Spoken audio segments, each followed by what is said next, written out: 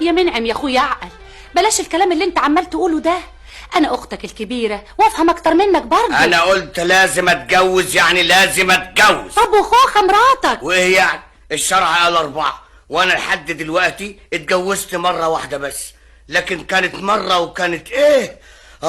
والنبي يا سعاد يا اختي سيبيني في حالي، انا مفيش حد فاهمني. لا انا فاهمك كويس، حضرتك عايز تتجوز مش كده؟ خلاص يا سيدي، انا وسعاد اختك هنروح نخطب لك من بكره. كلام ايه اللي بتقوليه ده يا خوخه؟ اهو كده. يعني انت مراته هتروحي علشان تخطبي له بقى؟ ده معقول؟ وليه مش معقول؟ عشان ضميرها يستريح. خلاص يا منعم ولا تزعل، زي ما قلت لك من بكره هخطب لك واحده بقى، انما ايه؟ انا عايزها بيضة. وايه كمان يا منعم؟ شعرها اصفر. وايه كمان يا منعم؟ ولسانها مش طويل. طب ودي بقى اعرفها ازاي بقى؟ تقيسيه على لسانك. منعم. نعم. قصدك ايه بقى؟ جواز وقلت لك موافقه، عايز ايه تاني بقى؟ هو كده وبس. بس بس يعني انا مش عايزك تزعلي. ازعل؟ ازاي بقى ودي تيجي؟ خلاص يا سعاد، انا هجيلك بكره علشان نروح للعروسه الجديده سوا. قلتي ايه؟ والنبي انا ما مصدقه وداني ابدا. بصحيح الكلام ده يا منعم؟ طبعا.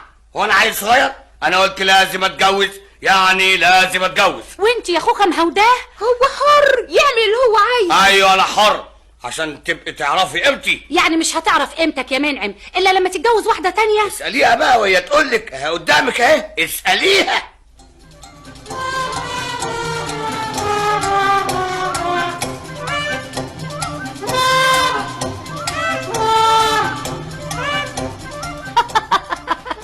يوجتك ايه يا خوخه؟ والنبي انا كنت مصدقه اللي قلتيه. بقى انت ناويه على كده؟ ما هو بعد سنه واحده من جوازنا وهو كل يوم يقول لي حكايه الجواز دي، بقالنا 10 سنين كل يوم يقول لي عايزه اتجوز ولا يتجوزي. ومفيش حل غير كده يعني؟ هو ده الحل الوحيد وهتشوفي. اما عجايب، والنبي عشنا وشوفنا.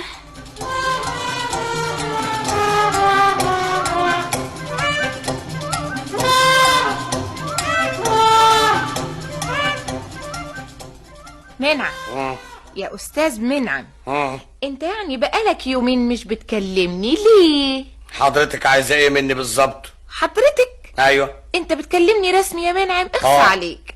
انت تقولي لي يا استاذ وانا اقول لك حضرتك. طب وبعدين؟ ولا قبلين تنفذي اللي اتفقنا عليه. العروسه مش كده؟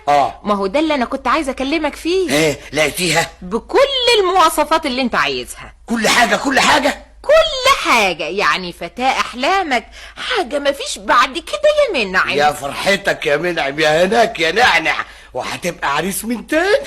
بس ما قلتليش أنا هعمل إيه؟ انتي؟ انت هتكوني زي ما انت في البيت ده يا اخوخ، انت الأولانية طبعا، وحقوقك كلها هتكون عندك. يعني يا منعم مش هتجيبها تعيش معانا هنا؟ وده معقول؟ أنا عايز أعيش أنا وهي بعيد عالي، اي مكان، صحرا كان او بستان.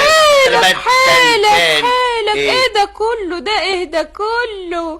ده انت كنت مسكين قوي معايا يا منعم. اهدى انا اسفة، قصدي يا استاذ منعم. اما هو حضرتك كان لازم تعرفي كده من زمان. خلاص يا سيدي عرفت، بس انت بقى جهزت نفسك علشان مشوار بكره. تحب بقى يا منعم استاذ منعم؟ أيوة. تحب يعني اروح معاك ولا كفايه اختك سعاد؟ انا بقول يعني كفايه سعاد اختي. اللي يعجبك، لما تشوف بقى هتعمل ايه لما نشوف.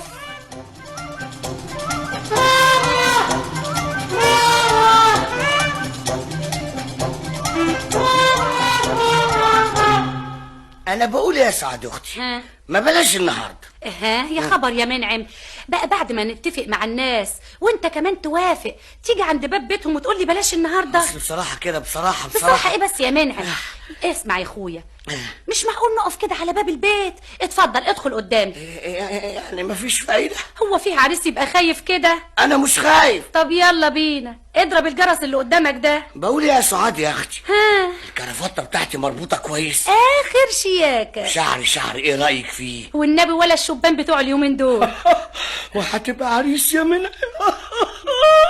تبقى تيجي بقى الست خوخه تتفرج عليا